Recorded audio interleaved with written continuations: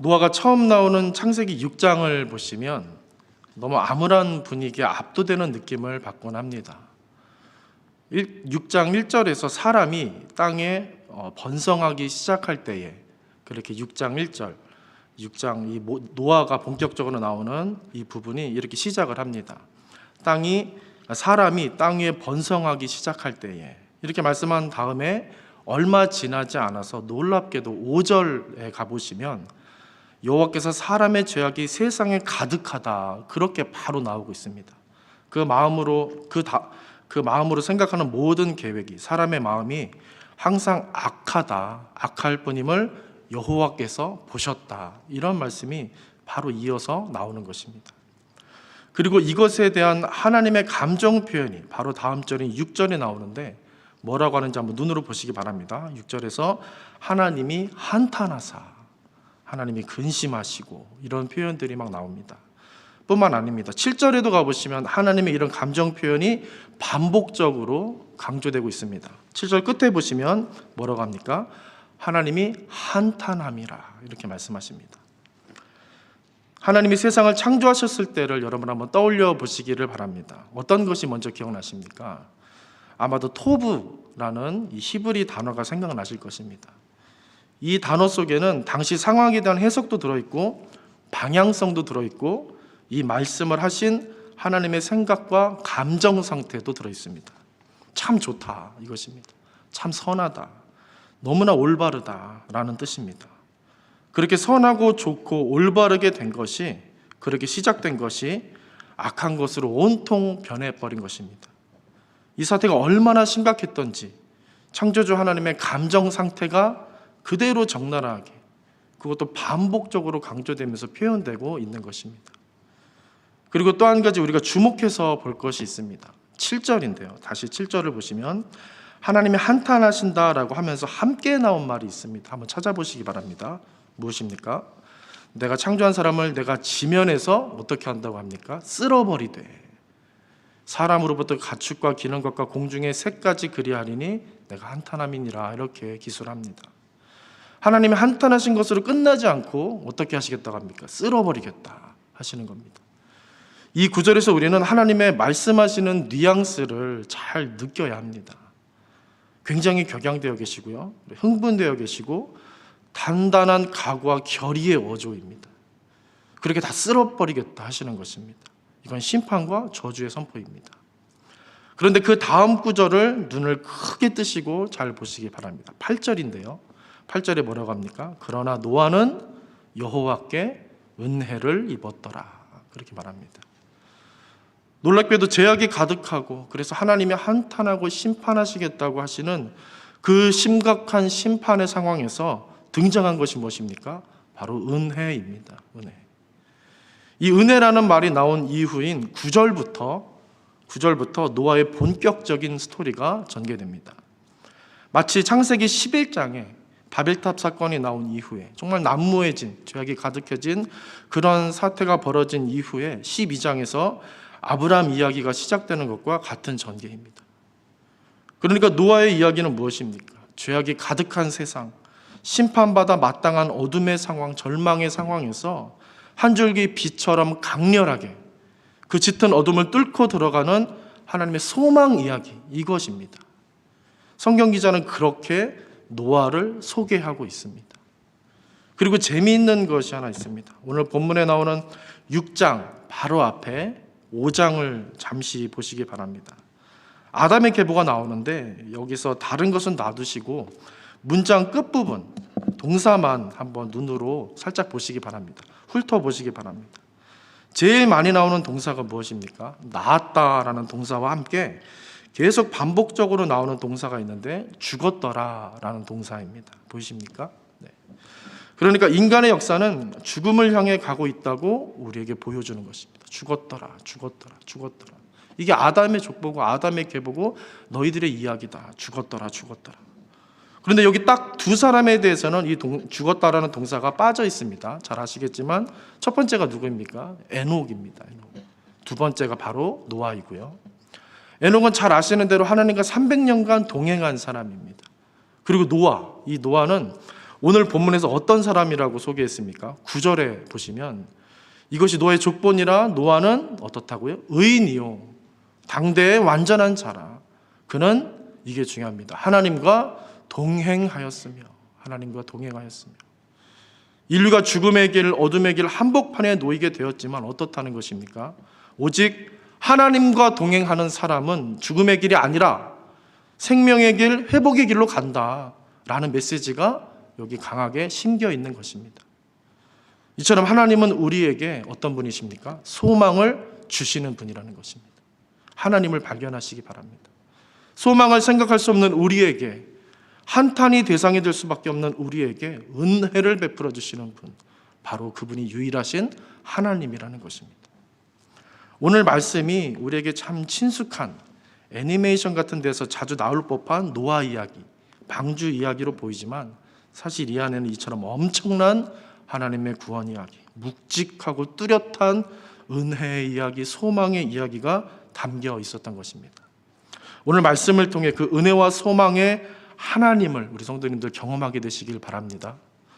이제 이런 하나님에 대해서 오늘 본문을 통해 좀 더 구체적으로 조금만 더 깊이 있게 살펴보고자 합니다. 노아를 부르신 하나님의 마음이 과연 어떠하셨는지, 그분의 생각이 어떠하셨는지 이것을 두 가지로 나눠서 살펴보도록 하겠습니다. 그 부르심이 노아를 통해 우리를 향한 부르심이 됨을 저와 여러분 함께 느끼시고 반응하시고 응답하시는 그런 시간이 되었으면 좋겠습니다. 첫 번째는 동역자로의 부르심입니다. 첫 번째, 동역자로의 부르심. 오늘 본문 8절을 보시면 죄와 죽음으로 가득한 인류의 역사 속에서 오직 노아만이 하나님께 얻은 것이 있었습니다. 무엇이었습니까? 은혜였습니다. 은혜. 그리고 그렇게 은혜를 얻은 노아가 그 다음으로 한 일이 무엇입니까? 우리가 잘 아는 것처럼 방주 짓는 일이었습니다. 잘 아는 대로 노아의 방주가 여러분 무엇입니까? 노아의 방주, 생명이고 구원입니다. 그런데 방주를 짓는 노아의 모습이 세상 사람들에게 어떻게 비춰졌을지, 정말 좋고 정말 복되고 유일한 것이고 정말 최고의 대안이고 당시로서 정말 구원책이었는데, 그 노아가 방주를 짓는 모습 상상해 보시기 바랍니다. 세상 사람들에게 어떻게 비춰졌을까 여러분 생각해 보시기 바랍니다. 노아가 하나님께 명령을 받아서 방주를 만든 기간을 대략 한 70년에서 80년 정도로 추측을 할 수 있습니다. 그 긴 시간 동안 홍수의 기미가 전혀 보이지 않았는데, 그런 상황에서 노아가 무엇을 한 것입니까? 아주 커다란 배를 짓고 있었던 것입니다. 아무 말 없이 그저 묵묵히 멀쩡한 날에 계속해서 정말 생소하게 땅 위에서 배를 만든 것입니다. 당시로서는 정말 무모한 일이 아닐 수 없습니다. 성경에는 기록되지 않았지만 당시 사람들이 이런 노아의 모습을 보면서 그냥 그런가 보다 그렇게 보고만 있었겠습니까? 절대 그렇지 않았을 겁니다. 손가락질하고 바보 취급하고 정신 나간 거 아니냐고 그렇게 흉보고 조롱하고 비난했을 것이 분명합니다. 당시 죄로 가득한 세상이었고 너무나 생소한 일을 노아가 긴 시간 동안 했기 때문입니다. 노아가 은혜를 입어서 그 은혜의 길, 은혜의 일, 생명과 구원의 일을 한 것인데, 한편으로 보면 노아가 은혜를 입은 까닭에 그 이유 하나만으로 세상에서 조롱받고 웃음 살 일을 수십 년간, 100년 가깝게 한 것입니다. 이런 노아를 생각해 볼 때 여러분들 같으시면 어떠하시겠습니까? 그 은혜의 길을 가겠다고 하나님 앞에 쉽게 반응하실 수 있으시겠습니까? 아무래도 노아를 상상해 볼 때 고민이 됩니다. 앞이 안 보이기 때문입니다. 실제로 눈에 보이고 귀에 들리는 것은 무엇입니까? 세상 사람들의 말, 세상 사람들의 시선뿐입니다. 그래서 여러분들 중에는 혹시 노아가 그 사람 우리와 좀 다른 특별한 사람이었을 거야, 그래서 가능했을 거야, 그렇게 생각하시는 분도 혹시 있지 않을까 싶습니다. 그런데 그렇지가 않습니다. 오늘 본문 8절을 다시 주목해 보시면 성경이 뭐라고 말합니까? 노아가 하나님께 은혜를 입었다라고 말하지, 그가 결코 특별한 사람이었다, 대단한 사람이었다라고 말하지 않습니다. 오히려 노아는 단순한 사람에 가까웠다고 볼 수 있습니다. 어두운 세상, 혼란한 세상 속에 있지만 단순히 하나님을 볼 수 있었던 사람입니다. 그래서 하나님의 한탄하심을 느낄 수 있었던 단순한 사람. 눈에 보이는 다양한 것들, 다양한 사건들 속에서 현혹되지 않고 단순히 하나님과 하나님의 마음을 감주할 수 있었던 그런 사람으로 보입니다. 그렇기 때문에 노아는 은혜를 입어 답답해 보이고 어리석어 보이는 하나님의 길을 그 단순함 때문에 묵묵히 걸어갈 수 있었던 것입니다. 매일매일 그렇게 배를 지으러 단순하게 출근할 수 있었던 것입니다. 잠시 아브라함을 생각해 보시기 바랍니다. 아브라함은 삶의 터전을 내려놓고 하나님 말씀 따라서 가나안 땅에 왔습니다.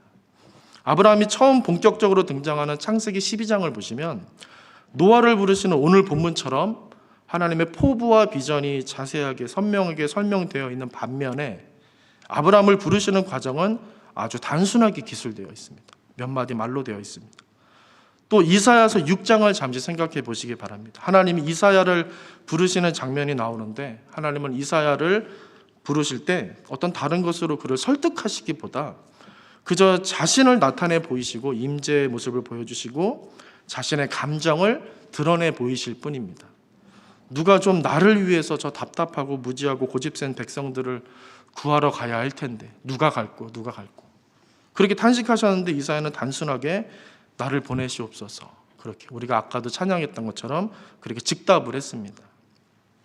노아도 그렇고 아브라함도 그렇고 이사야도 그렇고 당시 처한 상황이 참 어려웠을 겁니다. 그래서 하나님의 명령을 따르는 것이 부담되고 그 방식이 참 생소하고 납득이 안 되는 그런 내용으로 들렸을 겁니다. 그런데 그들은 발벗고 나섰습니다. 대단한 능력이나 대단한 열정이나 비전이 있어서가 아니라 그들은 그저 단순해져서 하나님께 반응할 수 있었던 것입니다. 하나님 앞에서는 이 단순함이 능력입니다. 이 단순함 때문에 하나님의 심정이 느껴진 것입니다. 이 단순함 때문에 하나님의 말씀이 크게 들릴 수 있었던 것입니다. 이것이 노아가 오늘 받은 은혜의 첫 번째 이야기입니다. 여러분들이 어두운 때에 노아처럼 구원과 생명의 방주에 올라타길 원하십니까? 해결받길 원하십니까? 이 각박한 세상 속에서 아브라함처럼 복의 주인공, 복의 통로가 되고 싶으십니까? 답답하게 느껴지는 이 시대 속에서 하나님의 어떤 신비롭고 분명한 경험을 하고 싶으십니까? 하나님의 심정을 느끼고 공감할 수 있는 이 은혜를 입게 해달라고 간구하시기 바랍니다. 하나님의 은혜를 입게 해달라고. 어떤 은혜냐면 하나님의 심정을 느끼고 공감할 수 있는 이 은혜를 입게 해달라고 여러분 간구하시기 바랍니다.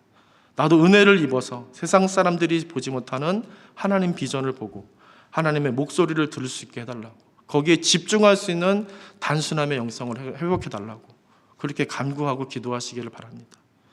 하나님께서 그 기도를 하는 성도에게 달려오실 줄로 믿습니다. 하나님의 그 깊은 마음을 그런 성도에게 그리고 여러분들 그 기도 위에 그렇게 부어주실 것입니다. 여러분들께서 내성적인 사람이든 겁이 많은 사람이든 상관없습니다. 하나님은 이 복잡한 세상 속에서 단순히 하나님을 향하여 은혜를 구하는 성도에게 망설임 없이 놀라운 은혜를 부어주시는 분이 됩니다.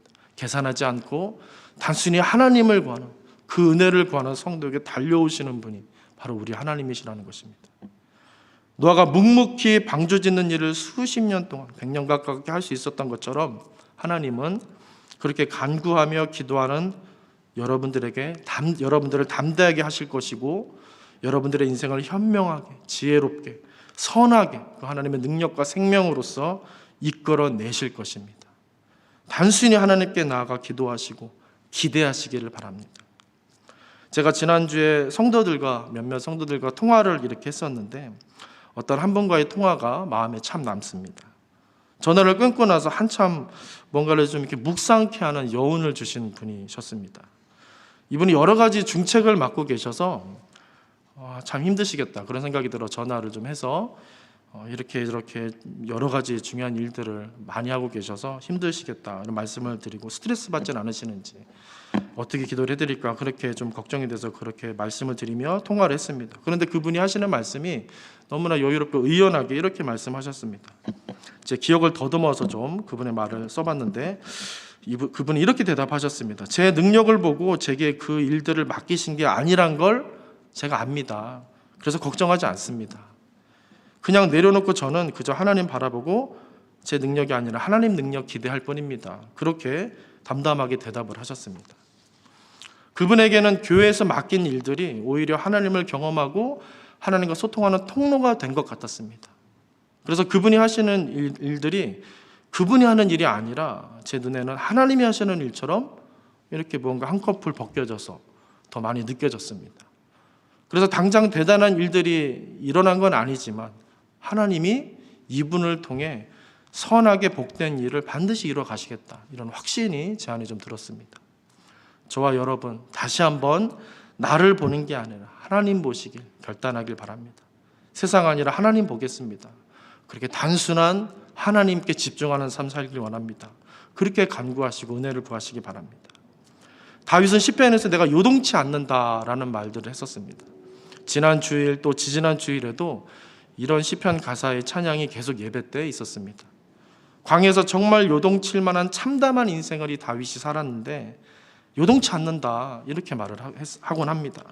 그 이유를 제가 시편 18편 7절에서 찾았는데 좀 읽어드리겠습니다. 내 짐을 여호와께 맡기라. 그가 너를 붙드시고 의인의 요동함을 영원히 허락하지 아니하시리로다.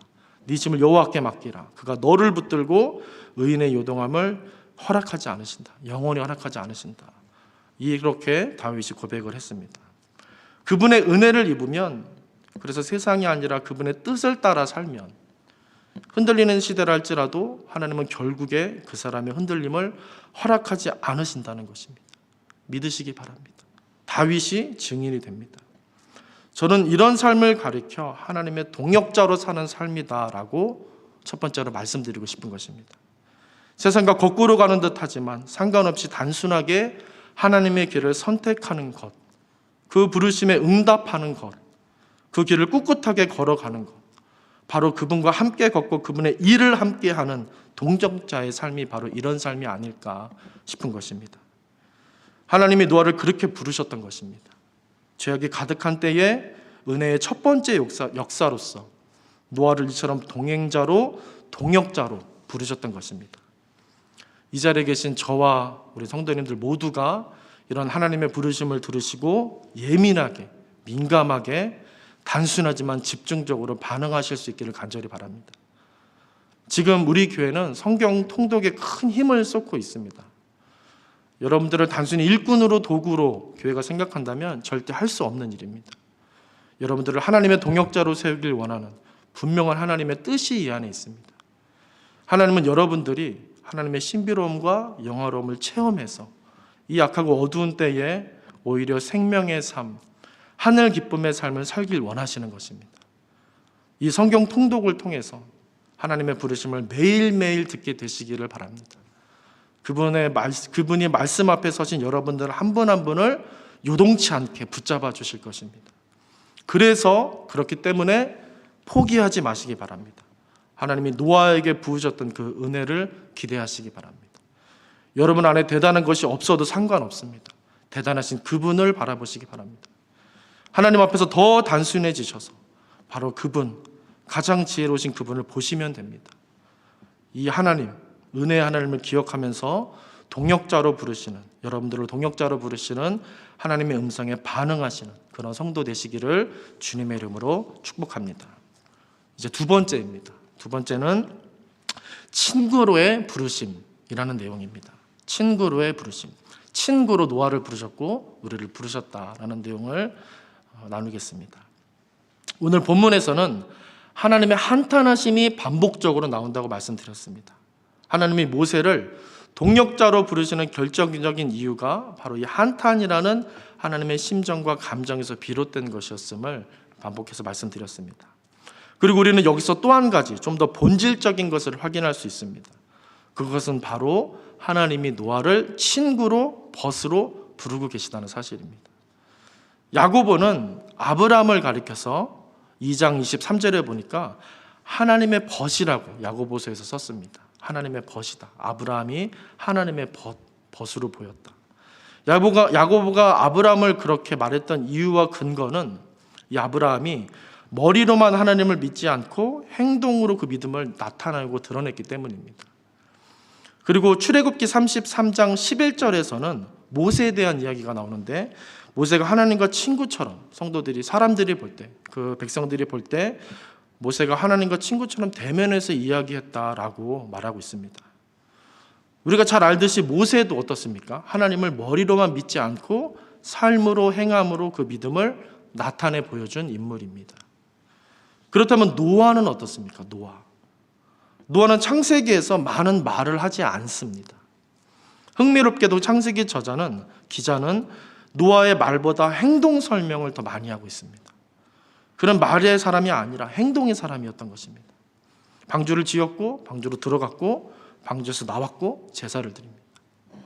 제가 지금 무슨 말씀을 드리고 싶은 거냐면, 여러분들께서 하나님의 친구로 부르심 받았으니까 열심히 일하시라, 그분의 뜻대로 열심히 사셔라, 성실하게 그 일들을 감당하셔라, 이런 말씀을 드리려는 게 아닙니다.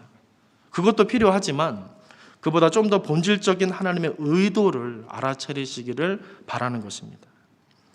아브라함은 하나님 말씀을 따라서 고향을 떠났고 가나안 땅으로 가는 일을 했습니다. 노아는 하나님 말씀을 따라서 사람들의 시선과 말들에 아랑곳하지 않고 방주 짓는 일을 했습니다. 이것이 표면적인 내용입니다. 저는 이 사실들 속에 담겨있는 보다 본질적인 의미를 말씀드리고 싶은 것입니다. 그것이 무엇이냐면, 하나님이 아브라함을 통해 먼저 구원의 일을 시작하셨다는 것입니다. 그리고 또 노아에 대해서는 노아를 통해 죄악에 빠진 인류를 죽음이 아니라 생명으로 인도해 내셨다라는 내용입니다. 그러니까 무슨 말씀을 드리고 싶은 거냐면, 정작 일하시는 분은 사람이 아니라 본질적으로는 하나님이셨다는 것입니다. 하나님이 구원의 일을 아브라함을 통해, 노아를 통해 생명의 일, 그 구원의 일을 하셨다라는 것입니다. 영국의 세계적인 신학자였던 존 스토트라는 목사님은 이런 하나님을 가리켜 아주 멋진 표현을 썼습니다. 뭐라고 했냐면, 살아계신 하나님은 선교하시는 하나님이다. 살아계신 하나님은 선교하시는 하나님이시다.